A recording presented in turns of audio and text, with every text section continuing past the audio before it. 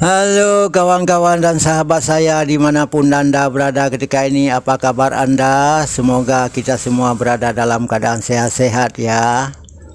Jumpa lagi kita dalam channel Rianda Aidil. Assalamualaikum warahmatullahi wabarakatuh. Video kali ini saya akan bawakan Anda untuk melihat satu pasangan yang berkenalan di Facebook, yang seorang berada di Indonesia dan seorang lagi berada di Malaysia. Setelah setahun bercinta di Facebook dengan berbagai cabaran dan halangan dan penuh keyakinan dan kepercayaan, akhirnya mereka menjadi suami istri yang sah di alam nyata. Tetapi bagaimana cerita mereka setelah menikah? Ikuti cerita dalam video ini sampai habis.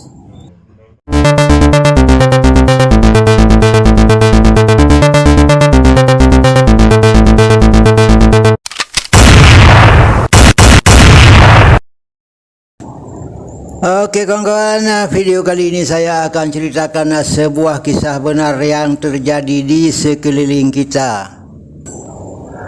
Adalah Syahrul, bukan nama sebenar. Seorang lelaki yang bekerja di Malaysia telah pun berkenalan di Facebook dengan seorang wanita bernama Maya, seorang janda beranak satu yang tinggal di Indonesia.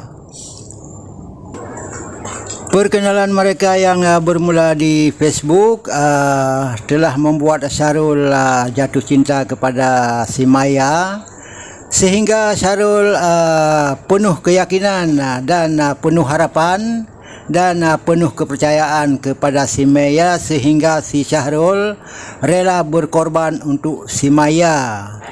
Setiap bulan Syahrul akan mengirim uang kepada si Maya dan sekaligus menanggung kehidupan si Maya walaupun belum pernah dijumpainya. Karena kesungguhan Syahrul, Maya berkeyakinan yang bahwa Syahrul telah menyayanginya.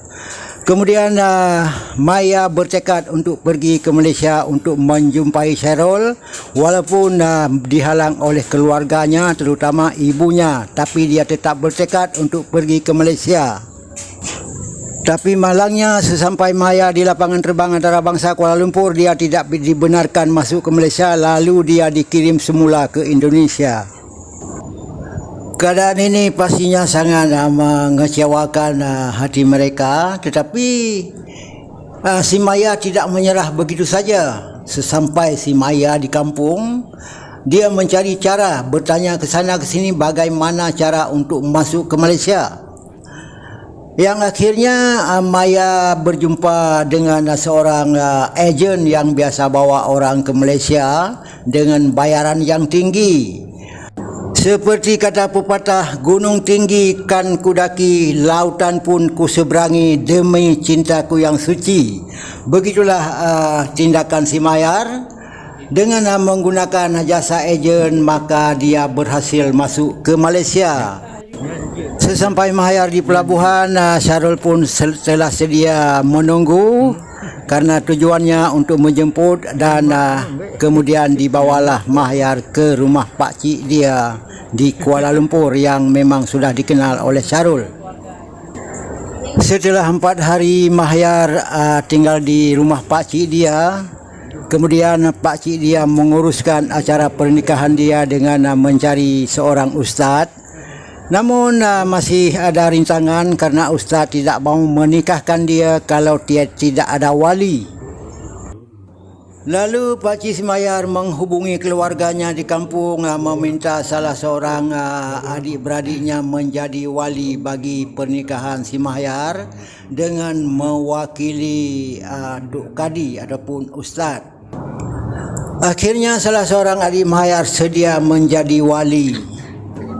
Ringkas cerita, setelah Maya dan Syahrul menjadi suami istri yang sah, maka 2 hari kemudian Syahrul membawalah Maya ke Johor Bahru, di mana tempat Syahrul bekerja.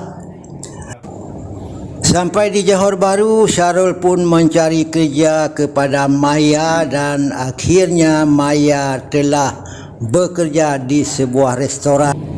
Namun, bak kata pepatah, kusangka panas sampai ke petang, rupanya hujan di tengah hari.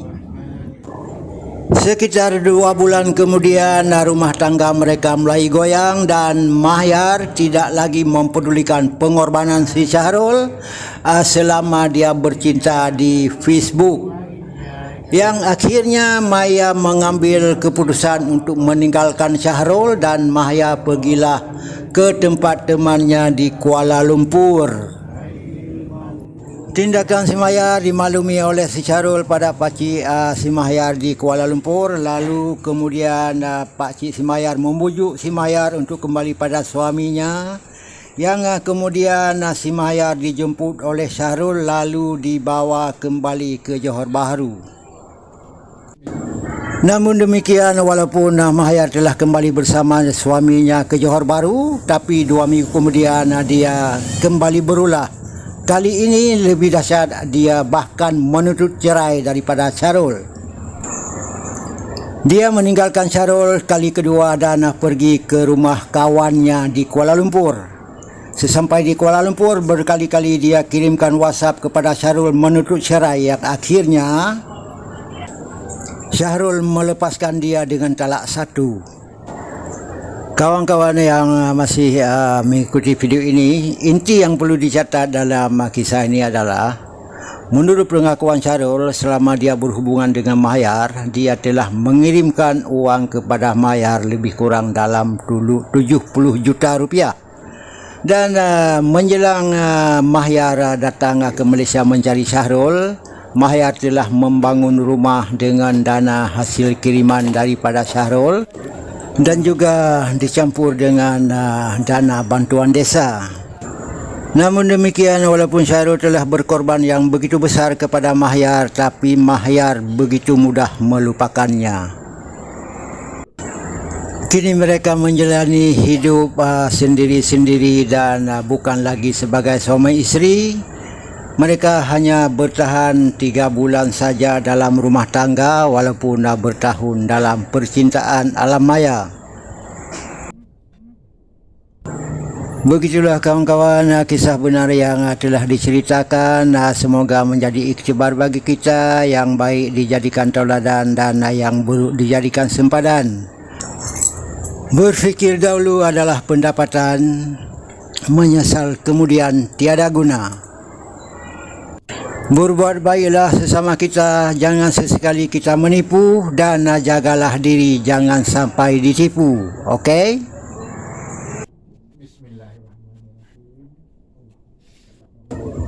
Sampai di sini dulu video kali ini. Semoga kita akan berjumpa lagi di video-video mendatang. Terima kasih karena Anda sudah menonton.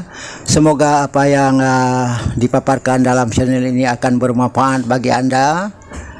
Dan sekiranya Anda menyukai video-video dalam channel Yanda Edil, jangan lupa subscribe dan tekan lonceng, oke?